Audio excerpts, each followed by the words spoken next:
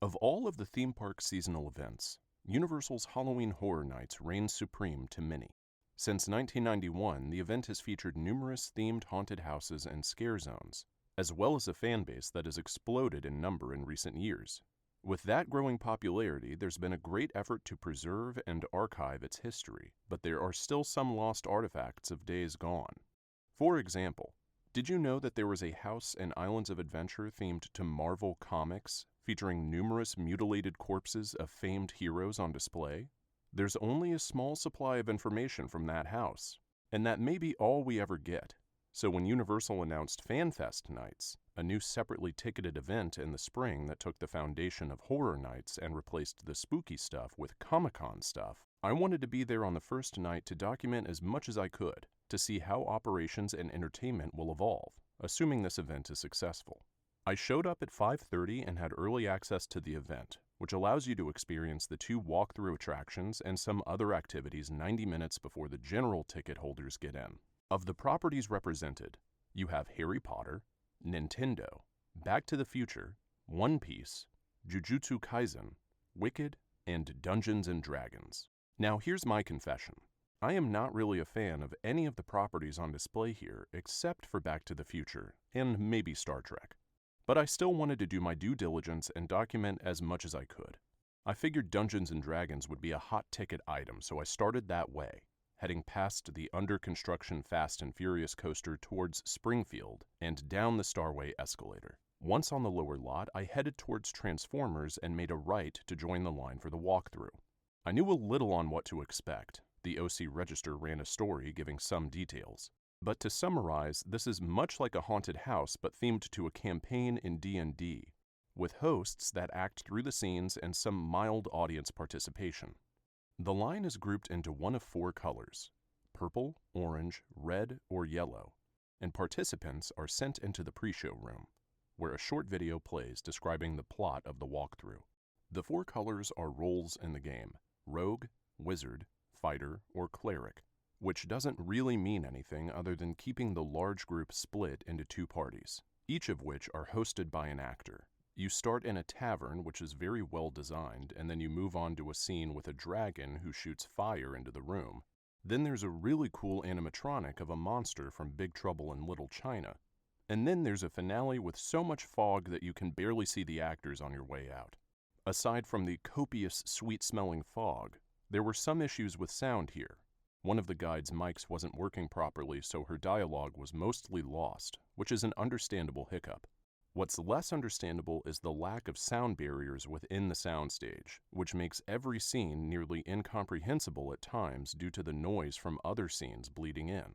But the lighting effects were cool and that puppet was badass, so I would recommend it. On the way out, I noticed I had another 30 minutes before the main crowd got in, so I headed back up to Star Trek Red Alert.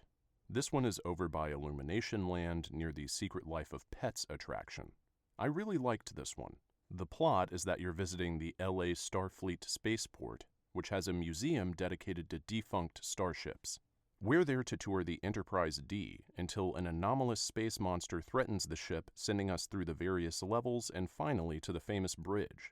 The theming here is fantastic, with Universal using the old Walking Dead space from ancient history to create a very real-feeling recreation of the famous sets from the Next Generation. The warp core looked cool, the makeup was great, and the lighting was nice, if not maybe a little warmer than I expected at times. I was a little disappointed with the final bridge set, which had a cute plaque, but also was missing a chunk of its ceiling, with a view straight from the Enterprise to the lighting rigs above. I will say I loved the pre-show area a lot, which featured some great informational displays and a nice pre-recorded intro. After getting beamed back to Earth, I went to go check out the Jujutsu Kaisen show, which is in the DreamWorks theater that usually shows the Kung Fu Panda show.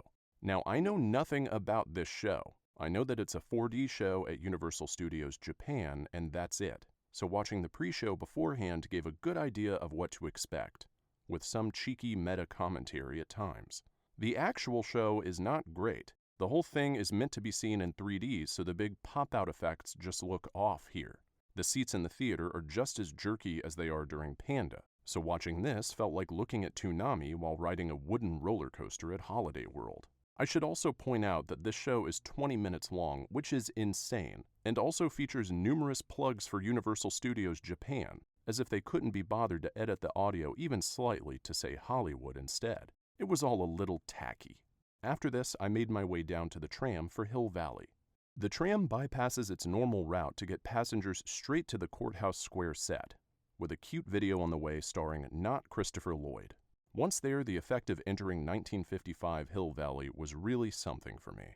I'm a big fan of these movies. I've seen them literally hundreds of times, so standing on the same sets as these movies was surreal to say the least. The attention to detail in the set decoration was phenomenal, and the walk-around characters all did really, really great work. There's a photo op at the courthouse and one with a DeLorean featuring a real Einstein. I stared at this good dog for at least 5 minutes. What a smart dog. Great work here. There were some carnival games and a live band came out and played for the Enchantment Under the Sea dance, followed by a recreation of the climactic scene with Marty playing Johnny B. Goode, then a montage of the lightning strike finale projected on the courthouse itself, which was super cool. Once the DeLorean did 88, some sparks went off and Doc Brown popped out to wave, and that was it.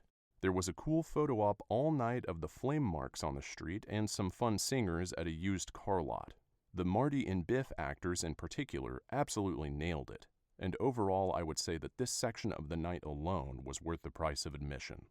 After a quiet tram ride back to the load station, they were filming a Keke Palmer remake of The Burbs on Colonial Street, we arrived back to unload, where there was a cute photo op of the clock tower complete with electric cables to plug together. At this point, I went back to the lower lot where I checked out the D&D Tavern, which had some cute decor made to look like a tavern, and a little photo op, and a DJ doing some cool work. Super Nintendo World was hosting a Yoshi egg hunt. What that meant, I didn't know. I went inside and noticed that the hats were free, which is crazy for Super Nintendo World, so I got one and I noticed that there were clues for a scavenger hunt printed on it. Cute! I knew one off the bat, the Mario and Luigi meet and greet area, and I got a sticker for that. Then I went to another spot that I knew where the line was oddly long to get one sticker, but no big deal. Then I went to another spot where the line was even longer, but really no big deal. Then I looked around for the last two for longer than I wanted before I was informed that at least one of them was in the line for the Mario Kart ride, so I gave up. I don't have time. I don't even like Super Nintendo World that much to begin with, but that's for another video. I left with my unfinished Yoshi hat, a monument to my impatience, and headed towards Hogsmeade to end the night. The main attraction here were the creatures on display, which seemed to be at random times with no listed locations. You have to just happen upon them. And I lucked into seeing a Niffler because I snuck along with a VIP tour group. The puppets are cute, so it's annoying that there's not an easier way to display some of them. Maybe just create some little dioramas? Some of them are hand-operated, so I understand it's not really feasible. There's also the nighttime show Hogwarts Always, which is a terrible title but a very nice show, with some really lovely projection mapping that has nice colors, and a story that's not too dependent on the films. On my way out, I saw a dragon, and I also got a good look at the One Piece Cafe as well as the One Piece Pirate Gathering where some people were just hanging out, as well as the Plaza area which hosted a fun cosplay fashion show and some Coke-sponsored areas, including a game booth that had cornhole. Towards the entrance and exit, there's Quark's Cafe, which had some fun-sounding items on the menu, and 10 Forward, with a cool animated menu displaying various drinks and some cute art on the walls, and other nice touches. There's also a captain's chair photo op in front of Waterworld, which no one noticed because it's shamefully hidden away, and another photo op themed to Wicked. After seeing this first night, I am surprised at how smooth everything was. The team members did a really, really great job here. And I'm more surprised at how fast I was done. I almost expected to stay until the 2 a.m. close time, but I left by 10:30, a total of 5 hours with early access. Granted, I didn't ride any of the numerous rides available, including The Mummy and Jurassic World, both of which had a 5-minute wait for most of the night, but I wasn't there for that. I paid a total of $98 before tax for the ticket, including early access, and again, I think Hill Valley alone was worth the price. If you can find a good weekend to try this out, I would recommend it. I just wish I had filmed the corpses of the Back to the Future characters. who were festooned all over the courthouse square. My lens cap was on.